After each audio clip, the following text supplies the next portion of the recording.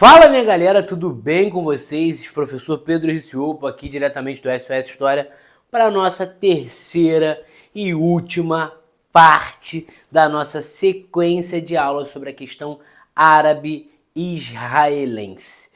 E antes de mais nada, eu quero que você me fale aí, ó. E aí, gente, como é que vocês acharam desses 3 dias para vocês que acompanharam essas 3 aulas? O que vocês acharam? Comenta aqui no chat. Vocês gostaram dessas três no caso você não tá vendo, né? Dessas 2 aulas e agora vamos para a terceira? O que vocês acharam da primeira aula? O que vocês acharam da segunda aula? E vamos para a terceira aula. O que vocês acharam? Comenta aí. Comenta aí no chat, vai lá, solta aí seus comentários. Curtiram, gente? Fluiu? Fluiu legal? Essas 3 aulas, o que vocês acharam? Essas 2 aulas, tô cismando com 3 aulas, né?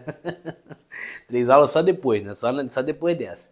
Mas chegamos aí à nossa terceira e última aula sobre questão árabe-israelense. Eu sei que você tá triste, que você tá chorando. Você fala, ai, acabou. Calma, calma, calma. Terceira e última aula com muito conteúdo, tá, gente? Como foi nos 2 primeiros dias, essa aula também vai ter muito conteúdo. E eu vou sair aqui desse quadro rapidinho que eu montei pra você. Antes de mais nada, até se inscreve aqui no canal, né? Ativa o sininho, curte o vídeo para ajudar o SOS História a crescer cada vez mais. Então espalha esse vídeo, espalha esses 3 vídeos, faz esse favor pra gente. Espalha esses 3 vídeos, a sequência de vídeo aí, pra galera se atualizar, se ambientalizar, entender os motivos, as origens desses conflitos que estão ocorrendo aí na região da Palestina. Beleza? Tranquilo? Então, ó, eu vou sair aqui do quadro, tá? Se você quiser pausar, vou até ver como é que tá aí tudo certinho com a imagem, tudo show. Se você quiser pausar, se você quiser tirar um print, né? Pausar agora não vai ter como, mas se você quiser tirar um print, tá? Desse quadro maravilhoso que montamos. E é indiscutível que o jogo virou. Se você assistiu a segunda aula, você sabe que a Guerra dos 6 Dias, o jogo virou completamente. As tropas árabes, né, principalmente ali as tropas do Egito, da Síria, fracassaram, né, de forma inquestionável. Elas fracassaram, inquestionável. E Israel aumentou o seu território consideravelmente. E aí eu volto a falar o que eu tenho falado desde a primeira aula e eu vou falar na terceira aula também. Essa aula não é uma aula para exaltar paixões, para exaltar lados, né, para definir qual é o seu lado, professor. Então aí começam as especulações. Né? Mas você defende quem? Qual lado você defende? Gente, aqui é uma análise mais científica possível desse contexto, uma análise mais pragmática possível desse contexto, para a gente entender de fato os conflitos, entender que dos dois lados a gente tem justificativas, a gente tem ali perspectivas, dos dois lados nós temos pessoas sofrendo, enfim. Então, isso aqui não é um vídeo para deixar teu ego ali, né, aquela coisa assim, ai meu Deus, agora ele me deu justificativo para defender tal lado. Não, você não vai encontrar isso aqui, você pode ir para outros vídeos, nesse vídeo aqui você não vai encontrar isso.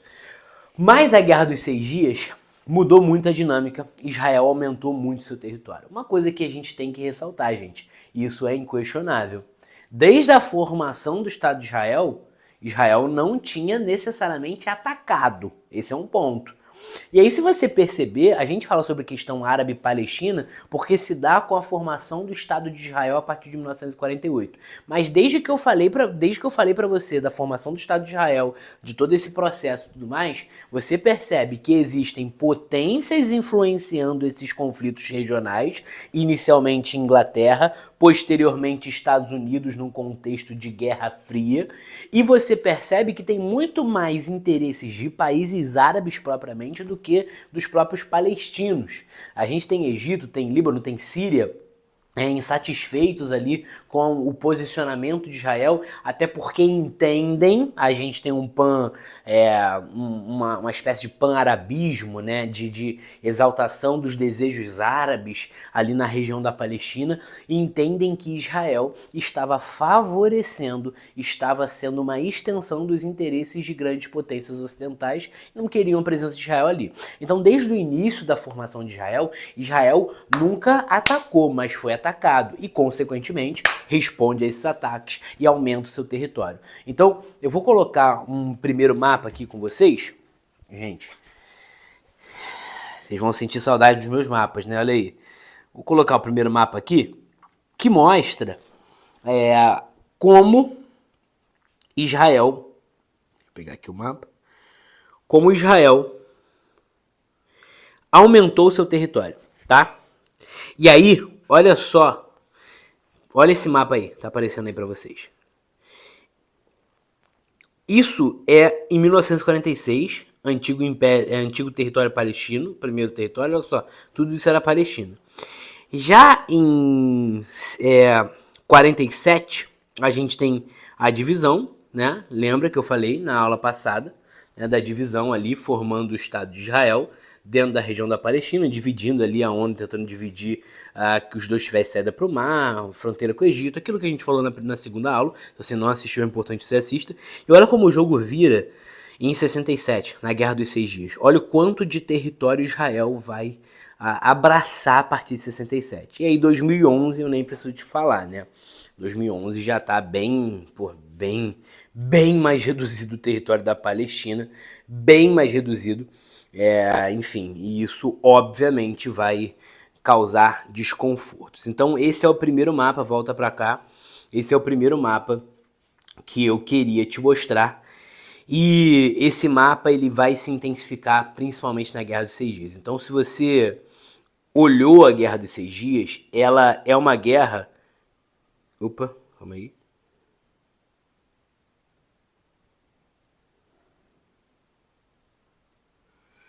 Besteira aqui, hein? Fiz uma besteira aqui, hein?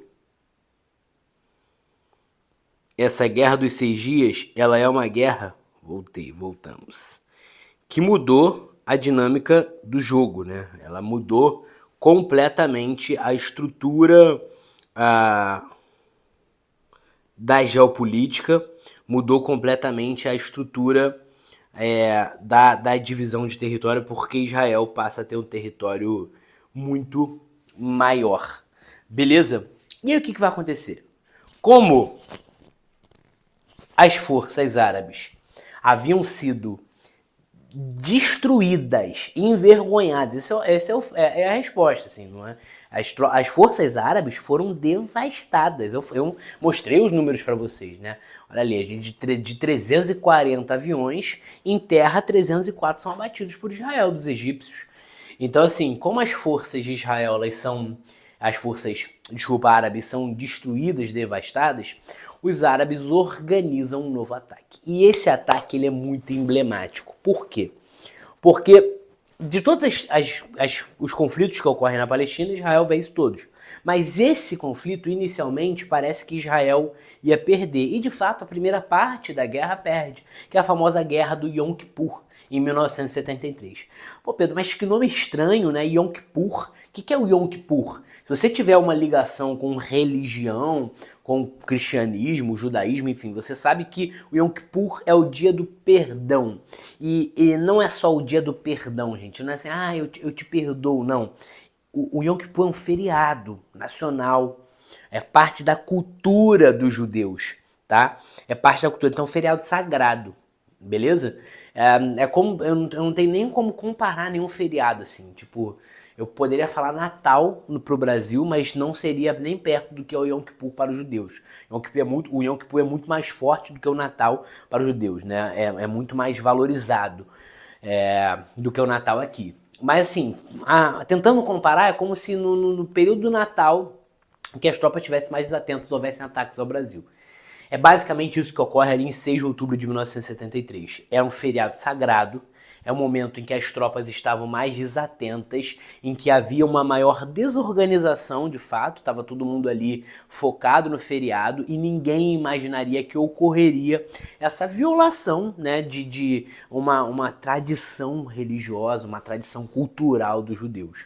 E aí, em 6 de outubro, ocorre um ataque árabe comandados por Egito e Síria às colinas de Golã, Sinai e faixa de Gaza. É um ataque, meu irmão, que a pancada vai comer aqui. A gente tem esses caras atacando Sinai, colinas de Golã e canal de Suez. O que vai acontecer? Os egípcios, eles rompem uma linha militarizada que Israel tinha feito, tá? Ao longo da margem do leste do canal de Suez. É uma linha chamada de Bar-Lev. Os egípcios rompem essa linha, começam a ocupar mais territórios. Os egípcios usam mísseis soviéticos anti-tanques e antiaéreos, tá? Então a União Soviética ela tem ali não uma influência direta, mas indireta nessa venda de armamentos, assim como Israel tem com os Estados Unidos tem com Israel. Então o que você percebe, gente? É isso que eu quero que você entenda. É que existe um interesse geopolítico de uma guerra fria por trás disso tudo. Você vê que os caras entram com mísseis soviéticos. Você vê que Israel é apoiado pelos Estados Unidos. E o apoio, como eu falei com vocês na aula passada, era um apoio até então indireto. E a partir de agora é um apoio, gente, direto. É um apoio explícito, é um apoio aberto, é um apoio escancarado, é um apoio escrachado, gente. É um apoio escrachado. Então, ocorre uma mudança. Então, a guerra começa em 6 de outubro. No dia 14 de outubro ocorre uma mudança no rumo da guerra, porque os egípcios eles vão avançar demais ali pela região do Sinai e as tropas, essa ofensiva egípcia vai ser contida ali no Sinai por Israel. Então ocorre uma mudança a partir de 14 de outubro de 1973, mas o que é mais louco, e eu não comentei sobre isso ainda, o reflexo desses conflitos árabes-israelenses, né, e desses conflitos na região da Palestina, eles não refletem só na região da Palestina. Eles refletem também no mundo. Sabe por quê? Como os judeus eles não conseguiam ser atacados por conta de todo o desenvolvimento tecnológico e tal, começam a ocorrer ataques terroristas em outros lugares. E aí eu preciso colocar essa imagem aqui com vocês. Olha essa imagem que está aparecendo aí. Você sabe o que é isso, gente? Você sabe o que é isso? Isso aí foi uma Olimpíada que ocorreu em Munique, em 1972. Vou colocar duas imagens aí da Olimpíada de Munique. Essa Olimpíada de Munique de 1972, gente, ela sofreu um atentado terrorista em que árabes invadiram ali as Olimpíadas, invadiram a concentração dos atletas de Israel e ocorreu a morte de 6 atletas judeus e de 5 treinadores. Alguns terroristas também acabaram morrendo. Então, volta para cá, a gente percebe que nós temos diversos reflexos dessa guerra na Palestina ao redor do mundo. Gente, eu estou falando de uma Olimpíada ocorrendo, envolvendo todos os países do mundo, em que ocorre um atentado terrorista. E não é à toa que ocorre numa Olimpíada. Por que não ocorreu num campo de futebol ali, aleatório, desconhecido? Não, porque numa Olimpíada é o lugar onde todo mundo, os olhos estão voltados para as Olimpíadas em 1972 em Munique.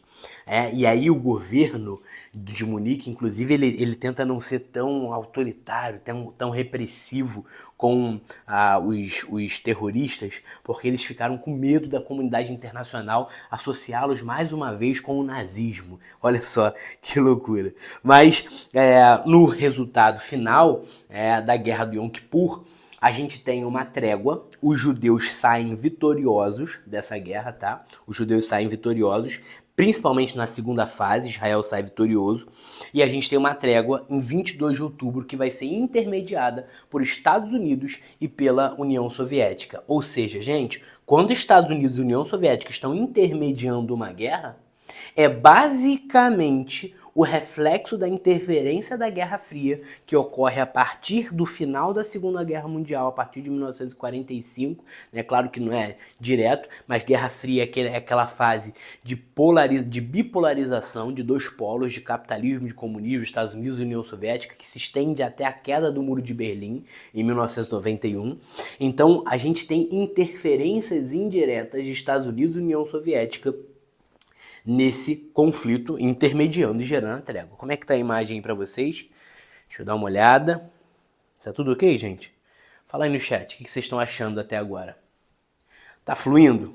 Tá fluindo? De boa? Tranquilo? Safo? Compartilha essa aula aí pra alguém, pra ajudar a gente a crescer cada vez mais. Olha só.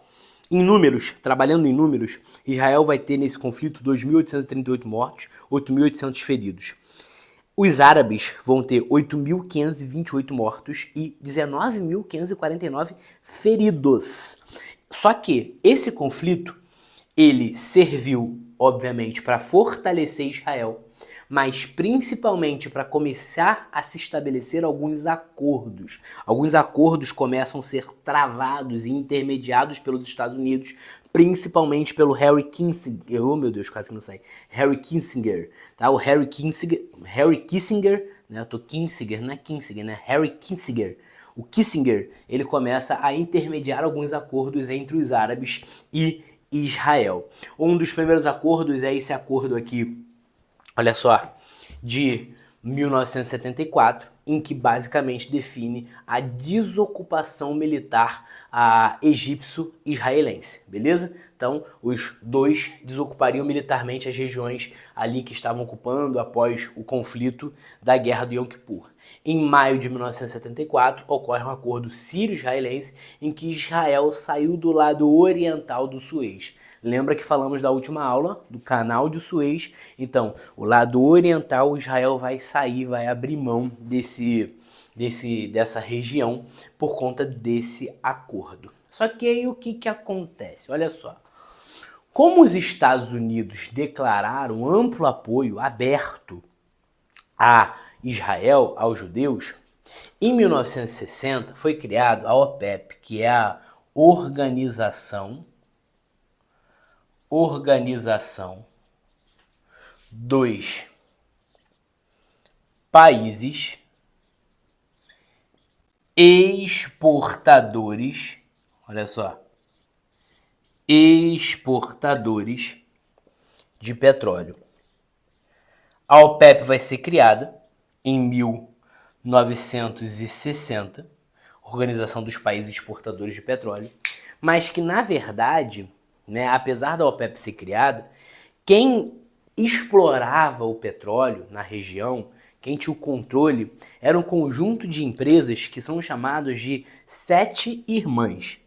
Então essas empresas, Sete Irmãs, que eram apelidadas dessa forma, eram as responsáveis por explorar o petróleo na região árabe, na região do Oriente Médio. Quem são essas sete irmãs? Essas sete empresas, essas sete irmãs, são empresas ali de origem inglesa, norte-americana, né, estadunidense. Então os Estados Unidos, ele comandava ali a exploração de petróleo. E aí, lembra que os Estados Unidos, eles estão se posicionando ao lado de Israel. Só que os Estados Unidos tinham esquecido naquele contexto que dependia da principal matriz energética daquele momento. Para borracha, para pneu, para plástico, combustível, que é o petróleo. E esses países árabes, eles eram os países que basicamente controlavam o petróleo. Apesar das sete irmãs, né, das empresas controlarem a exploração, tá na região dos caras. Quando os Estados Unidos bota apoio aberto para Israel, os países árabes falam assim, Estados Unidos, vocês vão apoiar os caras? Então, beleza. Fica com eles aí que vocês vão ver o que a gente vai fazer. Olha o que os países árabes vão fazer. Eles pegam e nacionalizam as reservas de petróleo. Professor, Pedro, como assim nacionalizam as reservas de petróleo? As reservas de petróleo eram exploradas por essas empresas, as Sete Irmãs. Quando os Estados Unidos eles abrem apoio declarado, aberto a Israel, os países árabes nacionalizam as reservas, ou seja, as reservas agora não seriam mais exploradas por países como os Estados Unidos, como Inglaterra e por aí vai. Agora seriam explorados por quem? Pelos próprios países árabes. Então eles passariam a controlar a exploração de petróleo e determinar o preço dos barris de petróleo. Eu não sei se você está entendendo o impacto disso, tá? Eu não sei se você está entendendo o impacto disso. Mas o impacto disso, ele afeta até o Brasil. Tu sabia disso? Que afeta o Brasil? Por quê? Um barril de petróleo, gente, ele vai sair de 3 para 12 dólares em uma semana. Você tem noção? Ah, pô, Pedro, mas hoje o barril vale, sei lá, 50 dólares. Beleza. Mas na época valia 3 dólares. Em uma semana ele sai de 3 para 12 dólares. Ele aumenta o valor em 4 vezes. E como os países eles dependem dessa matriz energética naquele momento exclusivamente para borracha, para plástico, para transporte, isso acaba gerando um encarecimento desses produtos e gera uma recessão econômica no lado ocidental.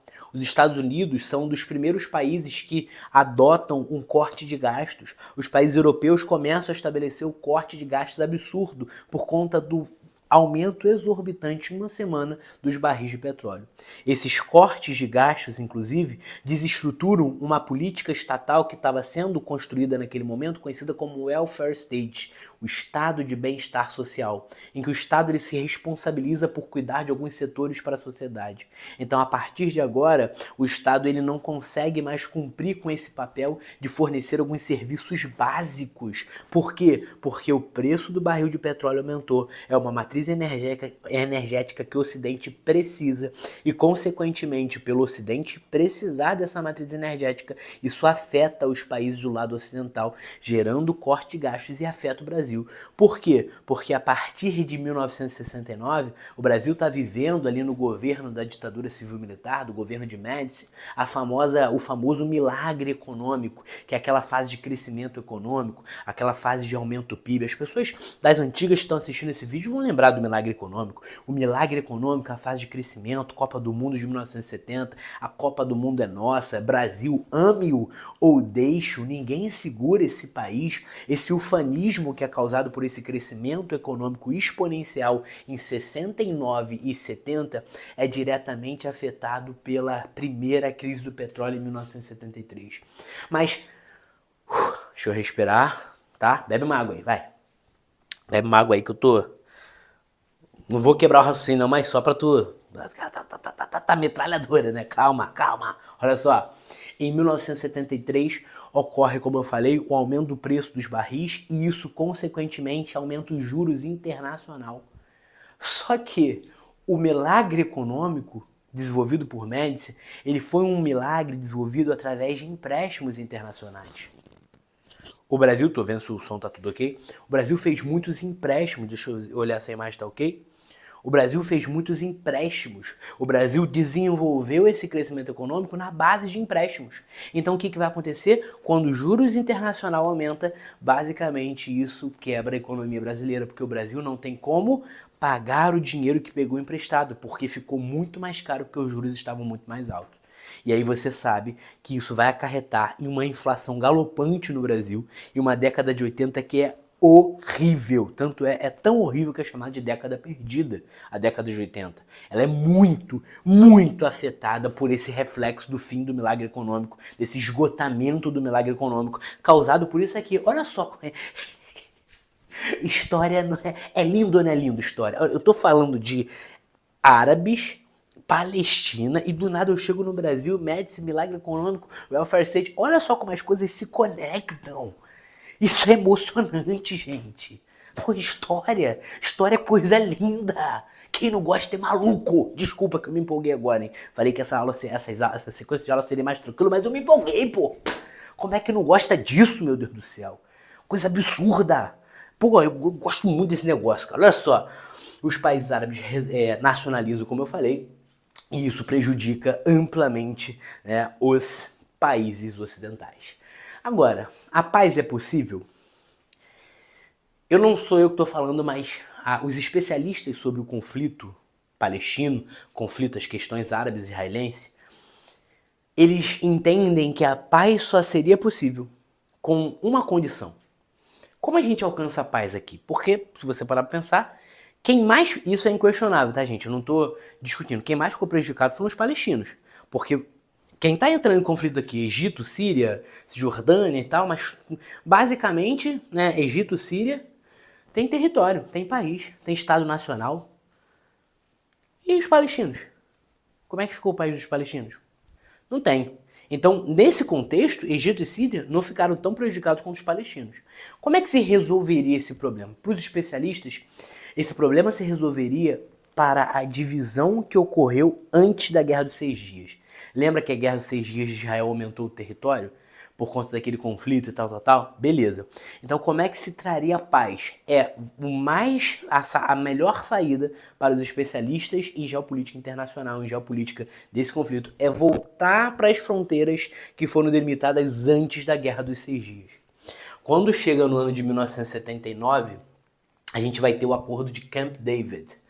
E aí é muito louco você falar assim, pô, mas Camp David é um acordo chamado para um conflito árabe-israelense? Sim. Por quê? Porque é intermediado pelos Estados Unidos. Camp David fica nos Estados Unidos. Olha só que loucura. Para você ver o nível de interferência que Estados Unidos, numa Guerra Fria, tinha ali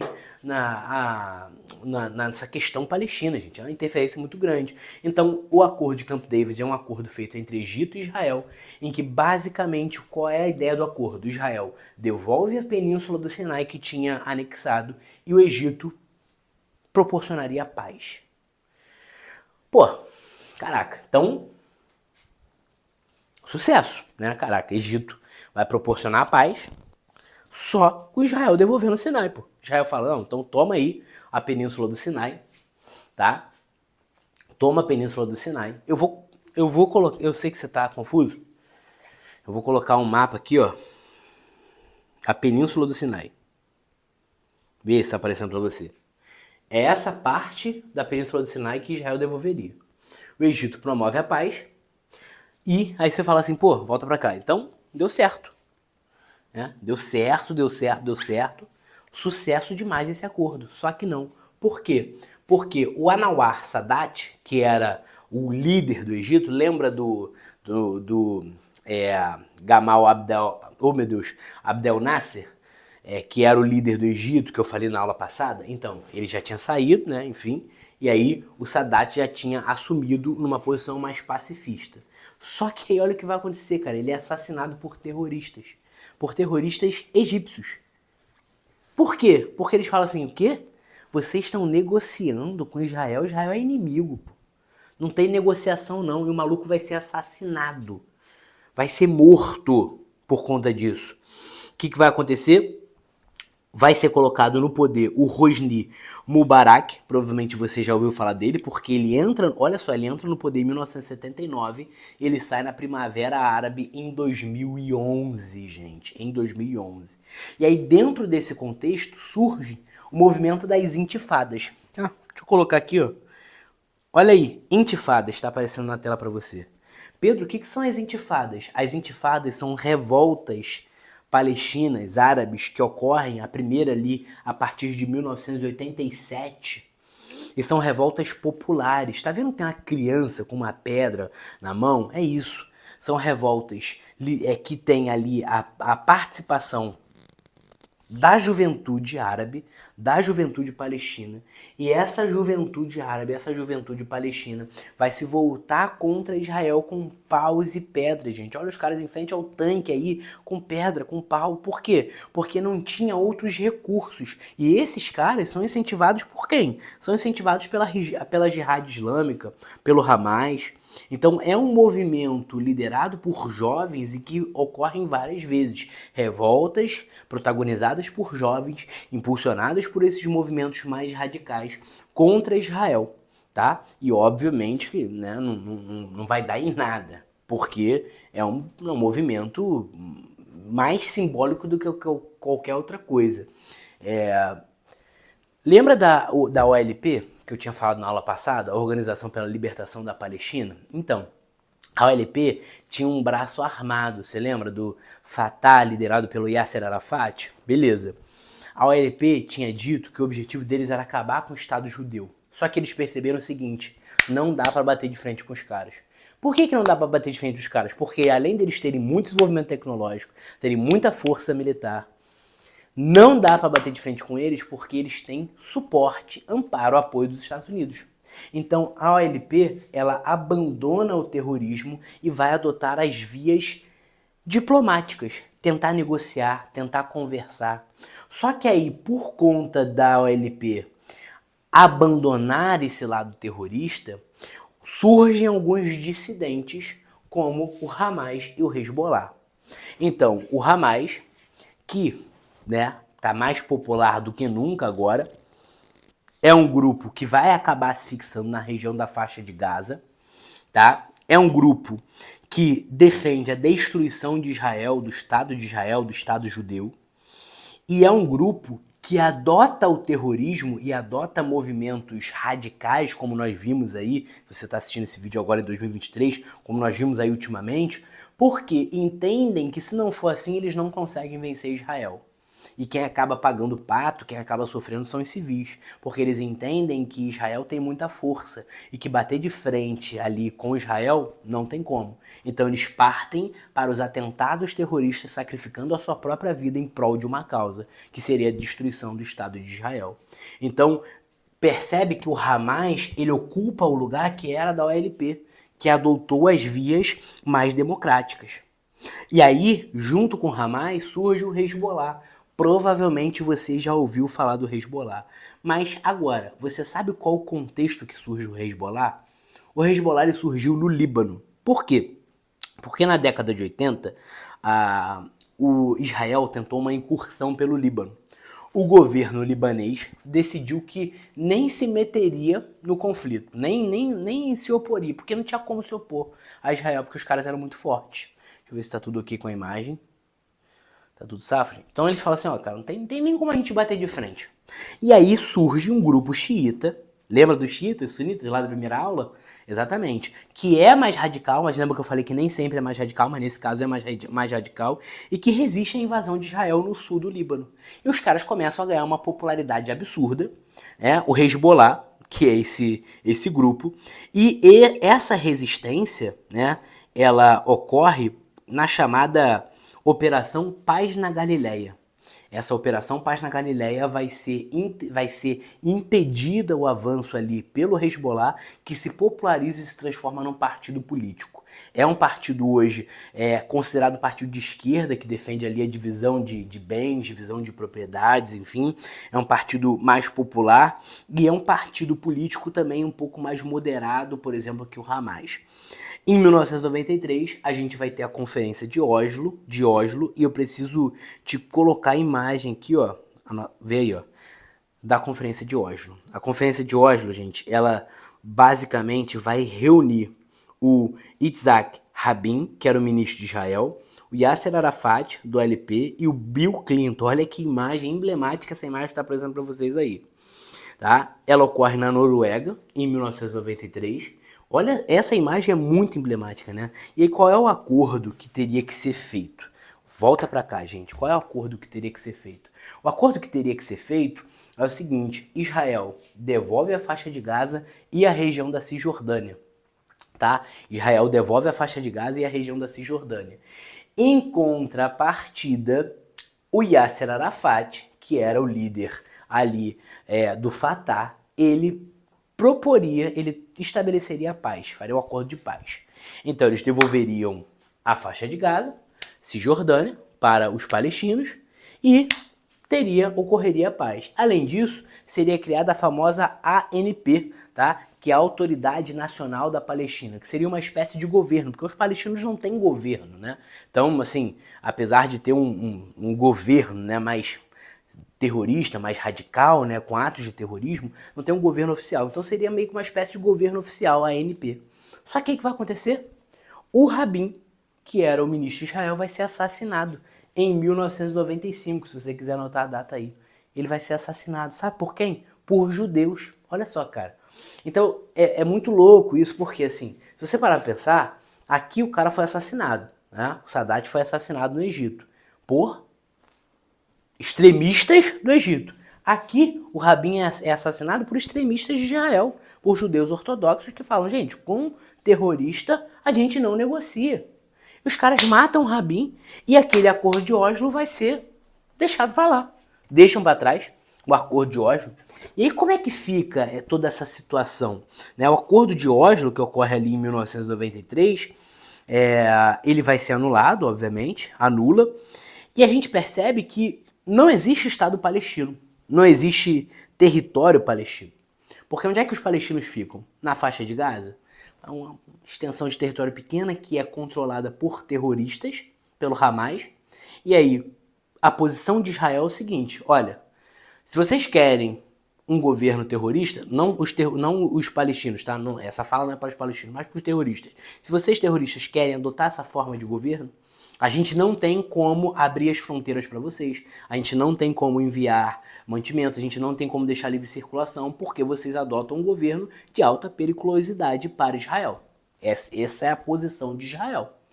E aí eu tenho o Hamas, ali controlando a faixa de Gaza, e a Cisjordânia, que é de Israel. A Cisjordânia é de Israel.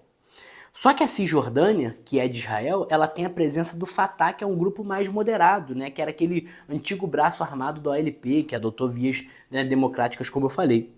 Então, na Cisjordânia, o governo de Israel deixa que os palestinos fiquem, mas não é território deles. E aí, o que o governo do Benjamin Netanyahu, que é o ministro agora de Israel, começou a fazer, né, no poder? Eles começaram a comprar assentamentos. Israel começa a aumentar o seu território através de assentamentos, comprando territórios para os judeus na região da Cisjordânia. Ele fala assim, o território é meu e eu faço o que eu quiser com esse território. O que eu bem entender, eu faço com esse território. Essa compra de assentamentos é uma espécie de afronta para os palestinos, que já não têm território, tem uma parte do território da Cisjordânia cedido por Israel e acaba tendo que conviver com essa concessão de territórios por conta de assentamentos comprados pelo governo do Benjamin Netanyahu. Então, assim, se a gente olhar, analisar friamente o contexto atual, é muito difícil de encontrar um ponto de equilíbrio, né? É muito difícil de encontrar um ponto final. Essa terceira aula, ela não é um ponto final.